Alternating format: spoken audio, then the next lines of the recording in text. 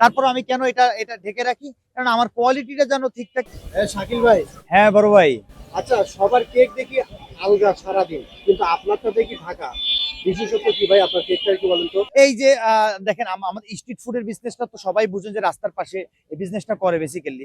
So এখানে কিন্তু আমি খাবারটা ঢেকে রাখলে এখানে ময়লা বা পোকা টোকা, এই যে লাইট পরে বিভিন্ন পোকা টোকা পড়তে পারে, সেইটা কিন্তু অনেকটাই রিকভার হয়। ভিতরে কোনো ধুলাবালি পড়তে পারে না, ভিতরে কোনো পোকামাকড় পড়ে না। সো কোয়ালিটিটা কিন্তু ঠিক থাকে, বা শরীর খারাপ করার মতো কোনো ভাইরাস এখানে খাবারে পড়তে পারে না। সো এই জন্য কিন্তু আমি সবসময় আমার খাবার মানুষ মানে নিঃসন্দেহে খেতে পারে, এই জন্যই।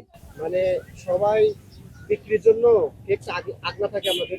দেখেন আমি একটা জিনিস দেখাই, এইটা কিন্তু আমি যদি উপরে উঠাই, আমার খাবারের কালারটা কিন্তু আরো সুন্দর লাগে। তারপর আমি কেন এটা এটা ঢেকে রাখি, কারণ আমার কোয়ালিটিটা যেন ঠিক থাকে, আমার খাবারটা মানুষ যখন খাবে তখন যেন নিঃসন্দেহে খেতে পারে, এই জন্য আমি সবসময় খাবারগুলো ঢেকে রাখি। মানে রুচি নিয়ে যেন খেতে। ডেফিনেটলি আপনার ফার্স্ট ইমপ্রেশনে যদি আপনার খাবার দেখে অরুচি চলে আসে, আপনি এটা ভালোভাবে খেতেও পারবেন না, যত ভালো খাবার দেই না কেন। সো আপনার ফার্স্ট ইমপ্রেশনে একটা খাবার দেখে